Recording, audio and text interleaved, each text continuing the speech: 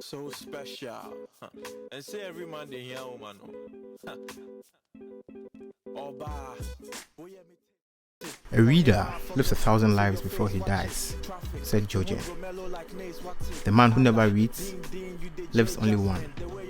I carved this from the novel A Dance with Dragons, written by George R. R. Martin.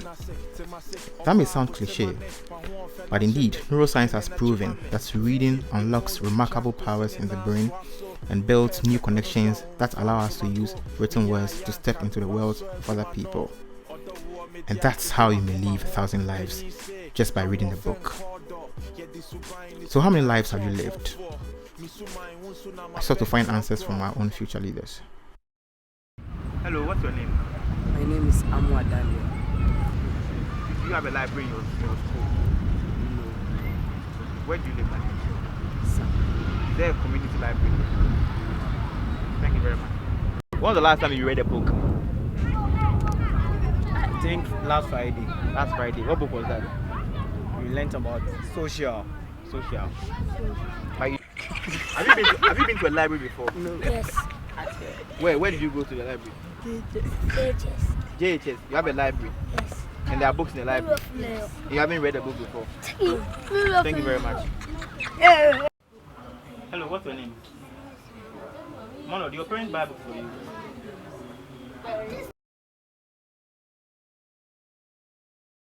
So the verdict is clear, and this is why I'm worried. It's sad that reading is of less importance to us now than it used to be. A significant segment of our population doesn't read at all. In this new age, when many parents have degrees, one would expect that voracious reading becomes the order of the day. Well, maybe it's the teacher's job. I hope it's that easy. Maybe reading is just a lazy thing to do. After all, it's not our nature. We were created to smell things first and not to read. But the importance of reading far outweighs any of these lazy excuses. A good book has the power to literally change you. Everything you read fills your head with new bits of information, and you never know when it might come in handy. The more knowledge you have, the better equipped you are to tackle any challenge you ever face. So what accounts for this poor habit of reading in Ghana? I speak to the people who know better than I do.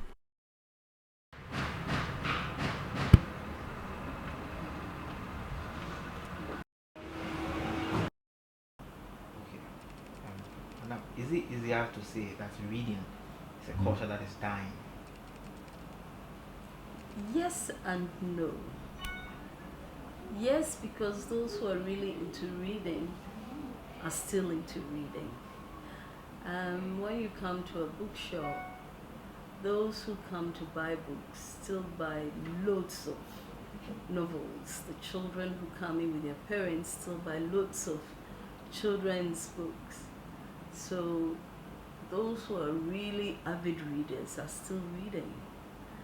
But you can also say it's a dying culture because of the social media. Most of the children prefer to do Facebook and Twitter, and I don't know whether emails are still fashionable now, but WhatsApp and all those things. And because of that, they really cannot be bothered to read.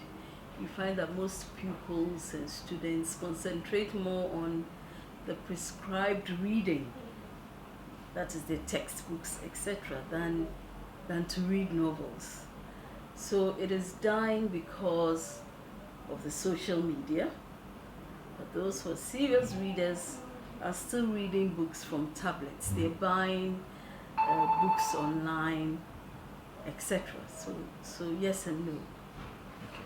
So if I may ask, what are we not doing right as a people in terms of policy direction, in terms of our educational system? What are we not doing right to encourage this good old culture of reading amongst our students these days? I think for most of our schools, the focus is on passing the exams. It can't be helped. Everybody wants the children to pass the exams, to go to good schools, to go through good courses. So we all focus on our children passing exams, forgetting that it is when they read, they are avid readers, that will make them better at their exams, because then you have a better understanding of the questions that are brought before you. You have a better way of expressing yourself when you're answering your questions. So there aren't enough readers in our schools. I'm sure if you go into the Ghana Education Service, they'll tell you. At least the Book Trust interactions with the Education Service tells us that we don't have enough readers in our schools, and that is what we may be doing wrong. Okay, my final question. I noticed that there aren't too many libraries around. It's one thing that we are missing out. Do you think that may have contributed to this dying culture of reading as well? Yes, we don't have enough libraries.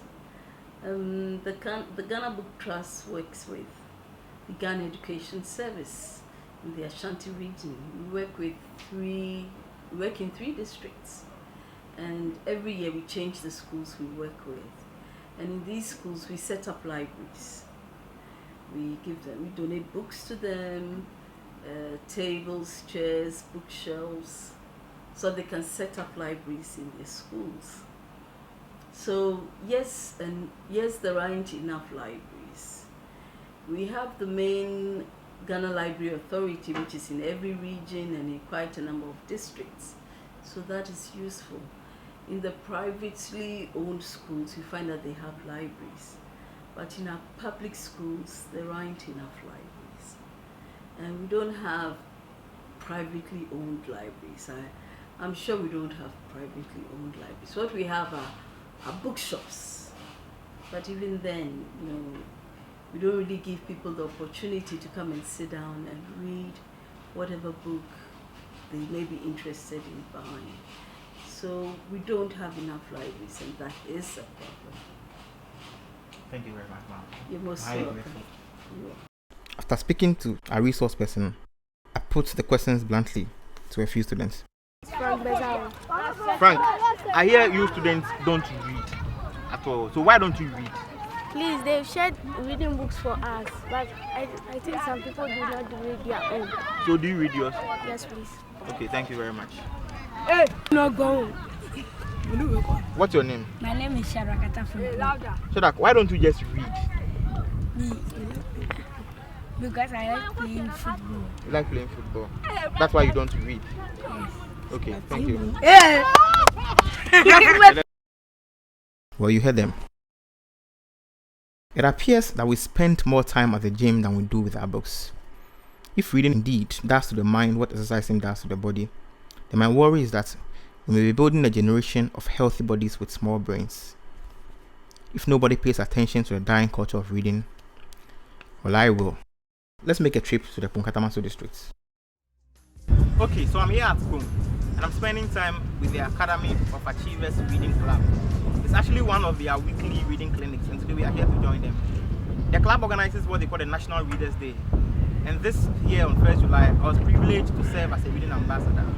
Let's go join them in their session, so at least there's some hope.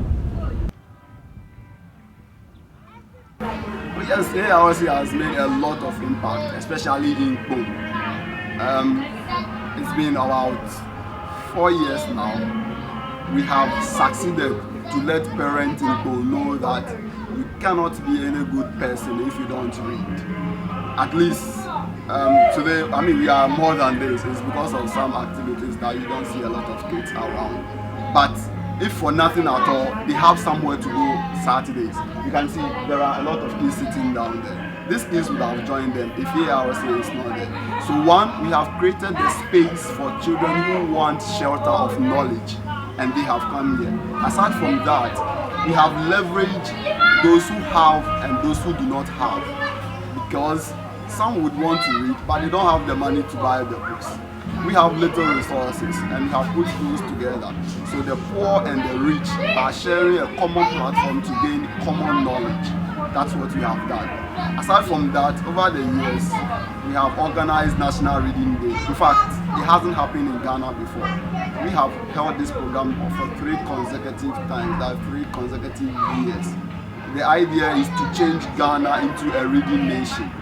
And we do this program every 1st July. 1st July is about Freedom Day. I'm sure you heard the kids say, reading is freedom.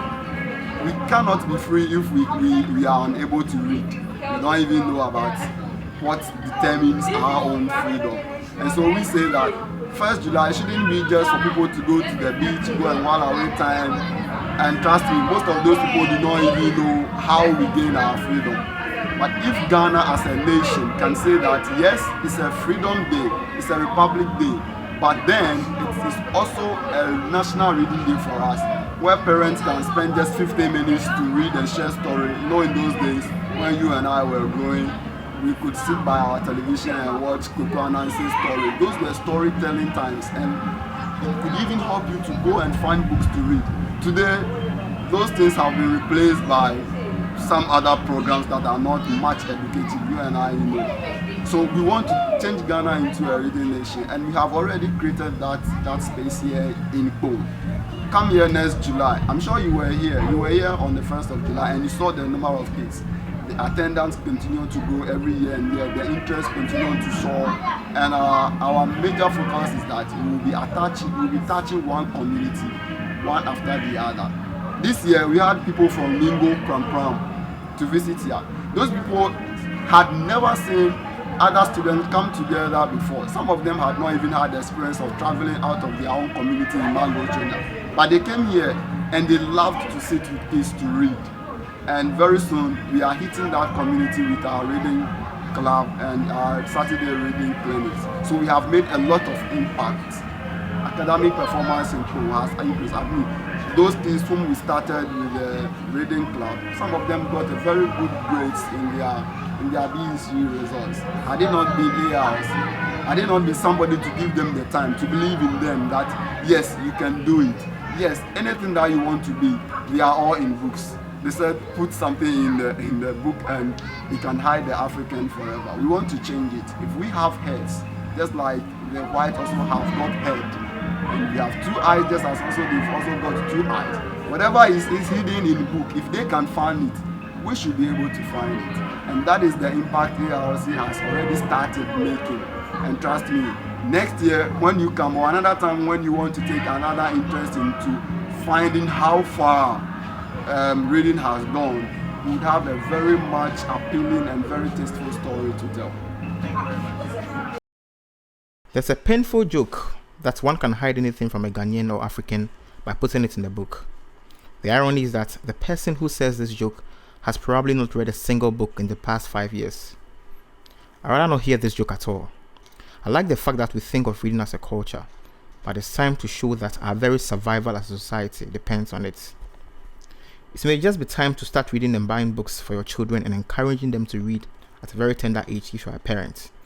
It may be time for policymakers and the media to consider reading a very important campaign to wage.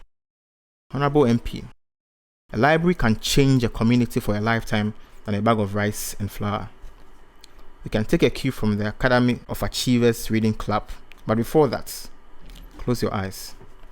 Imagine a society where everybody is reading while traveling or commuting via public transport. Think of a Ghana where clients will be reading while waiting for any type of service, or parents reading at home with their kids. Perfectly Imperfect by Ruby Araguka, Americana by Chimamanda Ngozi Adichie, Powder Necklace, Ekuabro Hammond, or Ghana Must Go by Teyi Selassie. I'm contemplating which of these books to give to you as gift during this Christmas. And here's a quick one for our kids who can't do without television. Groucho Marx says, I find television very educating. Every time somebody turns on the sets, I go into another room and read a book. A reader lives 1,000 lives before he dies, said Joachim. The man who never reads lives only one. I quote this from the novel A Dance with Dragons, written by George R.R. Martin. Thank you very much. Yes.